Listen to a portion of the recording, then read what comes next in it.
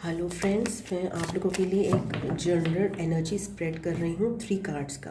तो एक कलेक्टिव के लिए स्प्रेड है, जो मैं आशा करती हूँ कि जो भी ये लोग रीडिंग देखें, जो मेरे से कनेक्टेड हैं, मेरे सब्सक्राइबर्स हैं, उनमें से ज़्यादा से अगर ये रेजोनेट करें तो मुझे अच्छा लगेगा।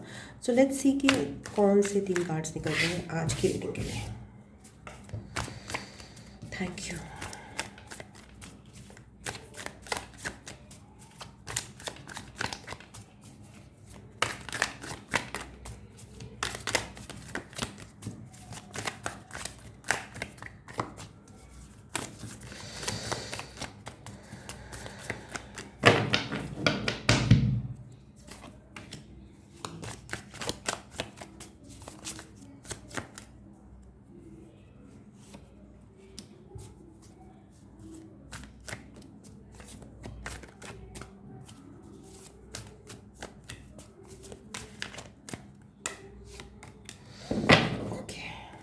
सो फर्स्ट कार्ड आया है S of suits. Okay, justice and tower. OMG। सो ये जो कार्ड्स आए हैं वो आए हैं कर्मा के बारे में। एट प्रेजेंट कर्मा अपना रंग दिखा रहा है। जो कर्मा होता है ना, वो कहता है कि कर्म होता है, जो लॉ ऑफ कर्मा होता है, लॉ ऑफ कर्म कह रही हूँ मैं। जो कर्म का सिद्धांत होता है वो कहता है जैसा करोगे वैसा भरोगे। अच्छा किया है तो अच्छा मिलेगा, बुरा किया है तो बुरा मिलेगा। बहुत ही कठोर और बहुत ही सख्त सिद्धांत होता है ये। तो इस समय जो भी व्यूअर्स ये रीडिंग देख रहे हैं, उनमें से कईयों के साथ ये सिद्धांत काम कर रहा है। अगर आपने ज़िंदगी में कोई चीज़ें अच्छी की हैं तो आप उसके अच्छे को रीप करोगे। अभी उसको आपने जो बोया है वो आप उसी को प्राप्त करोगे। जो सीड्स आपने बोई हैं, जो बीज आपने बोए हैं, उसी की खेती उगेगी। ये इस समय कर्मा का सिद्धांत आपके जीवन में बहुत ही तगड़े तौर पे काम कर रहा है दोस्तों। ये कर्मा का सिद्धांत अभी काम कर रहा है तो क्या हमेशा काम नहीं करता? नहीं, ऐसा नहीं होता। कभी कभी ऐसा वक्त आता है ना, जैसे कहते हैं ना कि एक एक लोहा जो जब बिल्कुल गर्म होता है तब चोट लगती है, तो वही वाली बात होती है। तो कर्मा भी तभी काम करता है जबकि ज़रूरत होती है। ये नहीं है कि किसी ने आपके साथ बुरा किया तो हाथ के हाथ उसके साथ कुछ हो जाएगा। नहीं, ऐसा नहीं होता। जब लोहा बिल्कुल गर्म होता है तब कर्मा चोट मारता है। तो मैं ये नहीं कह रही कि आप किसी से रिवेंज रखो, किसी के खिलाफ अपने मन में कुछ बात रखो। ये धरती का एक सिद्धांत है, इसको हम चेंज ही नहीं कर सकते। अगर आपने ज़िंदगी भर कुछ अच्छा किया है तो कहीं ना कहीं एक ऐसा समय आता है जिसमें भगवान कहता है लो, छप्पर फाड़ के लो। आपका उस समय पे कोई भी कंट्रोल नहीं है, कोई भी आपका लगाम नहीं है। वो समय अपने समय पे ही आएगा। मगर इस समय बहुत सारे व्यूअर्स के लिए ये समय है, ये चल रहा है। और ये जो समय चल रहा है ये बहुत कुछ कमिटमेंट की ऊर्जा से रिलेटेड हो सकता है, डिवाइन कनेक्शन से रिलेटेड हो सकता है, सोलमेट कनेक्शन से रिलेटेड हो सकता है, मैरिज से रिलेटेड हो सकता है और डाइवोर्स से भी रिलेटेड हो सकता है। बहुत सारे लोग यहाँ पे किसी लॉन्ग टर्म कमिटमेंट में हैं, या फिर उनके जो पर्सन हैं जिनके साथ वो हैं वो बहुत लॉन्ग टर्म कमिटमेंट में हैं जो भगवान ने बनाया। कार्मिक पार्टनर्स, कर्मा ने ये चीज़ें जो बनाई हैं हमारी लाइफ में। कार्मिक पार्टनर्स हमें कुछ सिखाने के लिए आते हैं। हमारे अंदर के जो छुपी हुई ऊर्जाएं हैं, जो छुपा हुआ हमारा टैलेंट है, जो हमारे छुपा हुआ पेशेंस है, मेहनत की शक्ति है, शक्तियाँ हैं, उनको उभारने के लिए कार्मिक पार्टनर्स हमारी लाइफ में आते हैं। इस समय वो कार्मिक कनेक्शन आपकी लाइफ में बहुत ही प्रोमिनेंट रोल प्ले कर रहा है। वो आपके माइंड में चल रहा है, वो आपके जीवन में बहुत ही इम्पोर्टेंट रोल प्ले कर रहा है। क्यों? क्योंकि आपको भगवान के द्वारा उस रिश्ते के लिए एक बहुत बड़ी क्लैरिटी मिली है। एस ऑफ सोच से आपके दिमाग का जैसे होते बत्ती हिलना कि ओके, तो ये जिसको मैं सोचता था ये ऐसी चीज़ है, ये तो कर्मा का खेल है। आपके दिमाग में कुछ क्लैरिटी आई है। पिछले समय में, वो किसने दी है?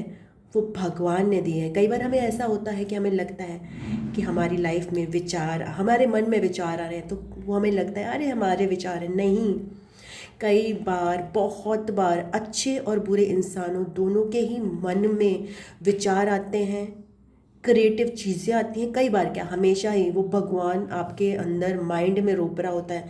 तो यहाँ पे भी जो विचार आ रहे हैं ना आपके माइंड में, आए हैं पास्ट में, रीसेंट पास्ट में, कुछ समय पहले, एक हफ्ता भी हो सकता है, एक महीना भी हो सकता है, वो भगवान ने आपको एक क्लैरिटी दी है अपने इस कनेक्शन को लेकर। अगर ये कनेक्शन नहीं है तो ये कोई ऐसी सिचुएशन है, कोई ऐसा करियर है, कोई ऐसा जॉब है, कोई ऐसा रिश्ता, कोई और रिश्ता, कुछ भी जो कर्मा ने आपको बांधा, जिसके लिए आपको अपने कर्म चुकाने थे, जिसके साथ, उसके साथ आप बंधे हुए थे। आपको समझ में आ जाएगा कि इसका अब कर्मा चुकता करने का टाइम आ गया है। ये रिश्ता, इसके कर्म आपके पूरे हो गए हैं दोस्तों। ये रिश्ता, ये करियर, ये सिचुएशन भविष्य में आने वाला है टावर। जो भी आपने रिश्ता तय अपना बनाया है, जो भी आपने अपनी सिचुएशन बनाई है, जिसके साथ आप कर्मों का क्या कहते हैं, लेन देन कर रहे थे अभी तक, ये मान के कि जन्मों जन्मों का रिश्ता है, जन्मों जन्मों का करियर है, जन्मों जन्मों का रिश्ता है, उसके लिए अब आने वाला है एक टावर मोमेंट। मतलब उस रिश्ते की, उस कनेक्शन की, उस सिचुएशन की धज्जियाँ उड़ने वाली हैं फ्यूचर में। डोंट बी अफ्रेड, ये ज़रूरी है। क्योंकि अगर सपोज़ मान लिए, अगर हमें कहीं पे एक बहुत बड़ी इमारत खड़ी करनी है, सपोज़ शाहजहां को ताजमहल खड़ा करना था, बट वहाँ पे एक घटिया सी बिल्डिंग खड़ी थी 4 मंजिले की, जो खोखली थी, जिसकी नींव खोखली थी, जिसमें सुंदरता नहीं थी, बस वो बनी हुई थी और उसमें लोग बाग रह रहे थे। तो जब शाहजहां को ताजमहल खड़ा करना होगा उस पर, तो वो पहले वो नींव हिलेगी ना, तो वहाँ पे जगह कैसे बनेगी? किसी को नहीं पता कि यहाँ शाहजहां ताजमहल खड़े करेंगे बाई चांस, बट भगवान को पता है कि यहाँ पे कुछ खूबसूरत महल तैयार होना है। तो भगवान क्या करेगा? अर्थक्वेक लाएगा। भगवान क्या करेगा? वहाँ पे कुछ लोगों की नज़र पड़ेगी, वो बुलडोज़र चला देंगे कि यहाँ पे नहीं है, ये ज़मीन हमें ही चाहिए, समथिंग लाइक दैट। तो भगवान की तरफ से यहाँ पे आपके रिश्ते पर, आपके कनेक्शन पे, आपकी सिचुएशन पे, आपकी लाइफ में बहुत बड़ा प्रहार होने वाला है और आप हिलने वाले हो फ्यूचर में। आप हिलने वाले हो मतलब आप जिस घर में रहते हो, आप जिस रिश्ते की बुनियाद आपने बनाई है, जिस सिचुएशन को आप बहुत जन्मांतर का मानते थे, वो आपकी हिल जाएगी, टूट जाएगी। अब आपने, अगर आप भगवान पे मानते हो तो आप घबराओगे नहीं, आप ये मान के चलोगे जो टूट रहा है वो कुछ बहुत खूबसूरत बनने के लिए टूट रहा है, और यही सच भी होता है। अगर आप मानते हो भगवान में तो आप यही मानोगे। आपको पता चलेगा कि जैसे कि फॉर एग्जांपल कोरोना एक टावर मूवमेंट था पूरी दुनिया के लिए, तो वो बहुत सारे लोग उसको बुरा मानते हैं, मेरे लिए वो अच्छा रहा। मतलब क्योंकि मैंने भगवान पे विश्वास किया, और मैं भगवान पे ही विश्वास करती हूँ कि भगवान ने इतना बड़ा कुछ चीज़ लाई है तो उसको कोई मंशा होगी ना। हो सकता है उसमें हमें समझने में कुछ हफ्ते, कुछ साल, कुछ महीने लग जाएं, बट वो क्लैरिटी जो है भगवान ही हमें देता है। 2 साल बाद मुझे वही क्लैरिटी समझ में आई कि कोरोना कितना ज़रूरी था मानव जीवन के लिए। हो सकता है कुछ लोगों को भी वो क्लैरिटी नहीं आई हो, बट मुझे वो लगता है।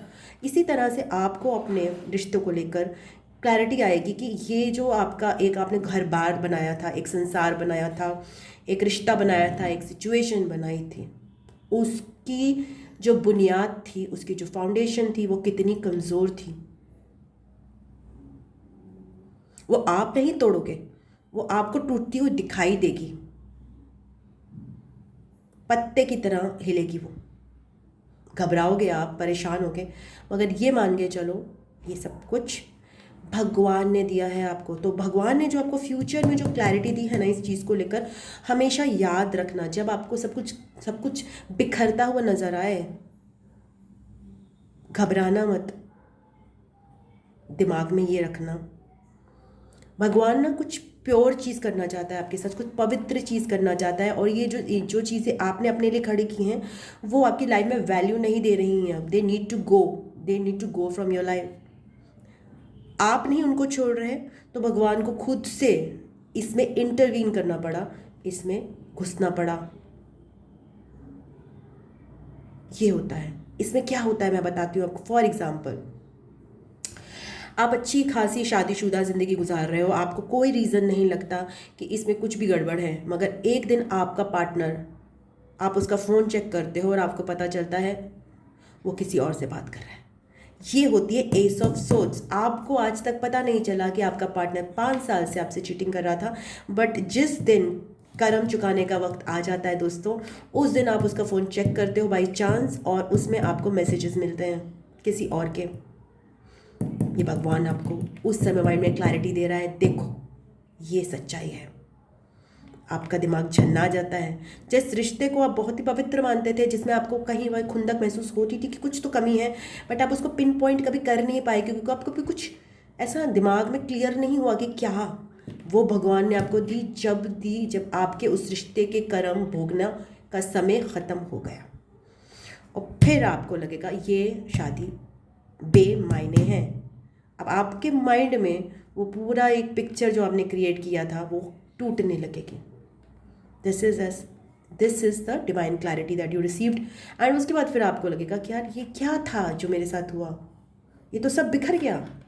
बट ये बिखरा क्यों? क्योंकि भगवान चाहते थे। सो या that's the reading for today. आप बताना अगर आपको रेजोनेट करता है स्प्रेड, अगर आपको अच्छा लगता है तो प्लीज़ फीडबैक दीजिएगा। मैं कंटिन्यू करूँगी, मैं वैसे भी कंटिन्यू करूँगी क्योंकि मुझे बहुत अच्छा लगता है बताना ये फीडबैक, ये 3 card spread. I love it. So दोस्तों, thank you very much. God bless you. I love you. ओम नमः शिवाय। नमस्ते। Bye bye. टाटा।